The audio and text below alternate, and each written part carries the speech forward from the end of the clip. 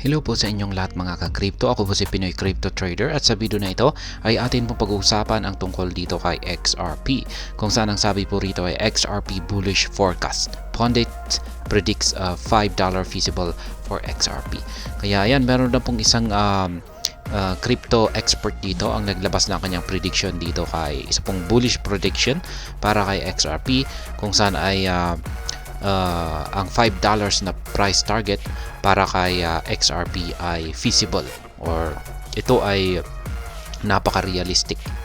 Yan, realistic na price target daw ang $5 na ito para kay XRP. At yan po, alamin po natin ang dahilan kung bakit nasabi ng crypto expert na ito ang kanyang prediction na ito kay XRP. Pero bago po tayo magpatuloy ay nais ko lamang po munang bigyang linaw ang aking disclaimer kung saan ang nilalaman po ng video na ito ay hindi po ito isang financial advice.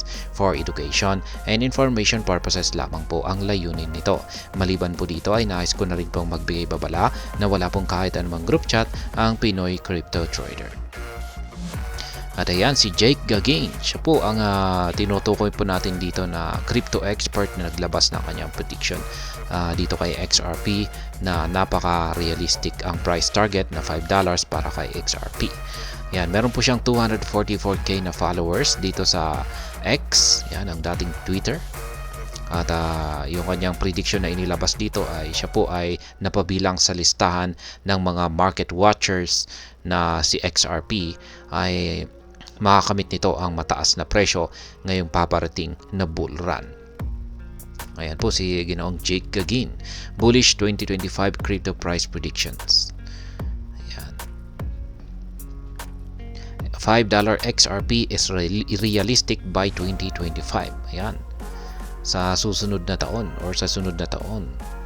Gagain argued that XRP might not set a new record high immediately following the halving, but instead during the peak of the bull run, especially if Ripple prevails in the legal battle against the SEC.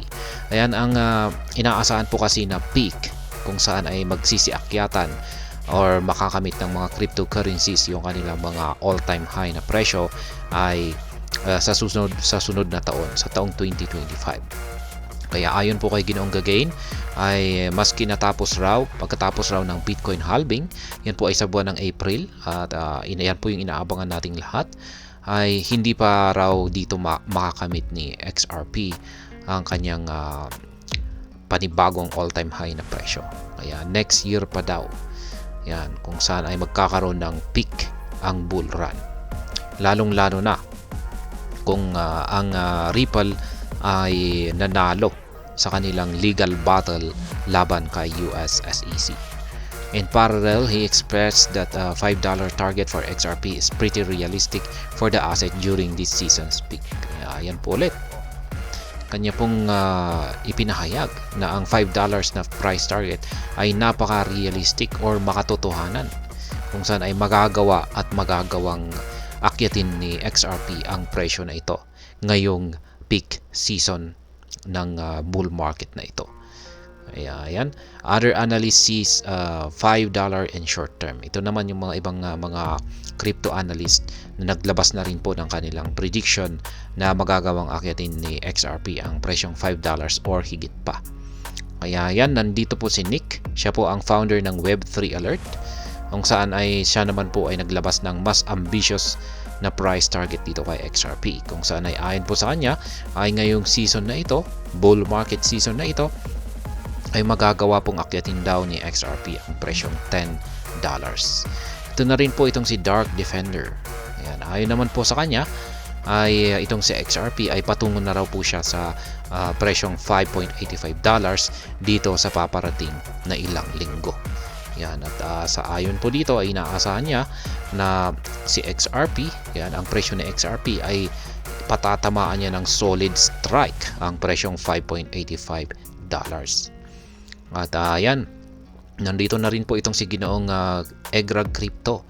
At meron po siyang napakataas na price na ambitious price target para kay XRP ngayong cycle na ito. At yan naman po, ang sa kanya naman po ay $27.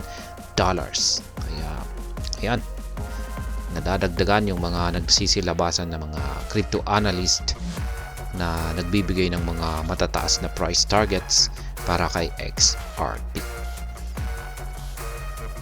At hanggang dito na lamang po tayo sa video na ito. Sana po ay inyong nagustuhan ang aking paliwanag dito. Kung inyo po itong nagustuhan, pag-click lamang po ang like button ito. Para naman po sa mga bago lamang dito, kayo po ay aking inaanyayahan para mag-subscribe.